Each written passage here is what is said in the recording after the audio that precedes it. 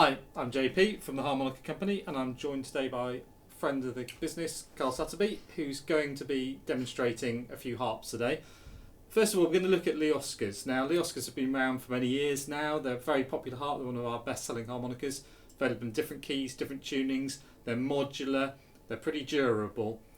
What we want to do with this video is give you an idea of what they sound like, their advantages and their disadvantages. So I'll pass you over to Carl. What do you think of the Oskars? You've been using them a lot over the years. It's absolutely my go-to harp. I've got more Lee Oskars than I've got anything else, and the main reason for that is the variety of keys. Yeah. So being able to, all the odd keys, for example, Yeah. your B flat, your D flat, your E flats, etc., A flats. I've got all of those in Lee Oskar, but I've also got them in minor keys. Yeah. Because I'm not an overblower. Right. So I'd much rather have something with good, comfortable chords that I can rest on.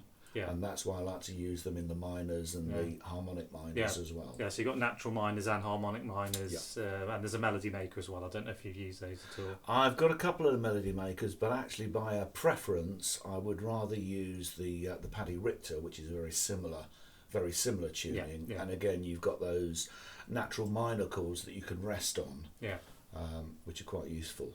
Okay, shall we have a listen to what they sound like? This will give you an idea of, a general brass reed, plastic comb, modular harp. Special 20 is quite similar, but they sound a little bit different. It's a Japanese-made harp, so it's tuned to equal temperament, I believe.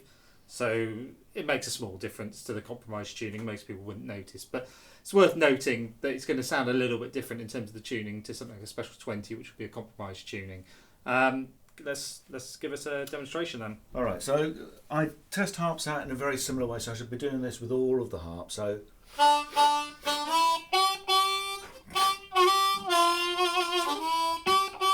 and then a chord, and then up the high end. Just to make sure all the bends are in there. Yeah. Everything is fairly comfortable. They do get being accused occasionally of being leaky, and I've never found that. I've had a couple that have been leaky, and I always say to people that if you're using a harmonica, you need to be able to know how to go under the bonnet and sort them out and make them right. So the leaky one that I had, I was able to adjust very quickly and get that quite solid. And the other thing worth demonstrating here is that's in a C. I'm just going to grab my trusty old A. So this is an A, and this will answer the question about leakiness. So this is an old A. You can see it's been very well played. This is about 10 years old. Right.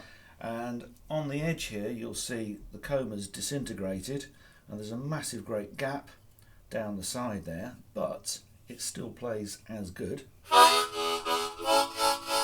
Not perfectly in tune, but it's not bad. Not a bad sound on it, but again, no leakiness. So let's go up the high end. So you've got none of that whistling coming through, which again they can be accused of. Very good harmonicas, and that is no different, or not much different, to a new one. So this is a brand new one.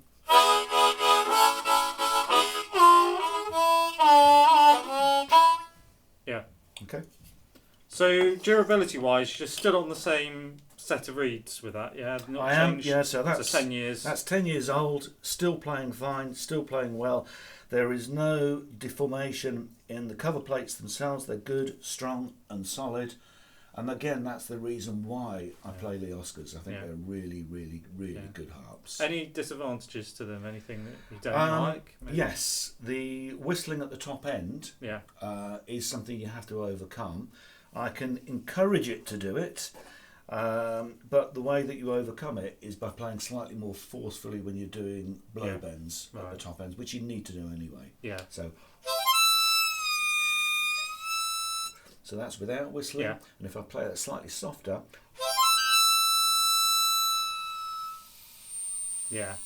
just hear that little bit of whistling there. And that's the other thing I do when I'm testing them out, is to make sure that they will play softly. Yeah. Because again, it's really important. So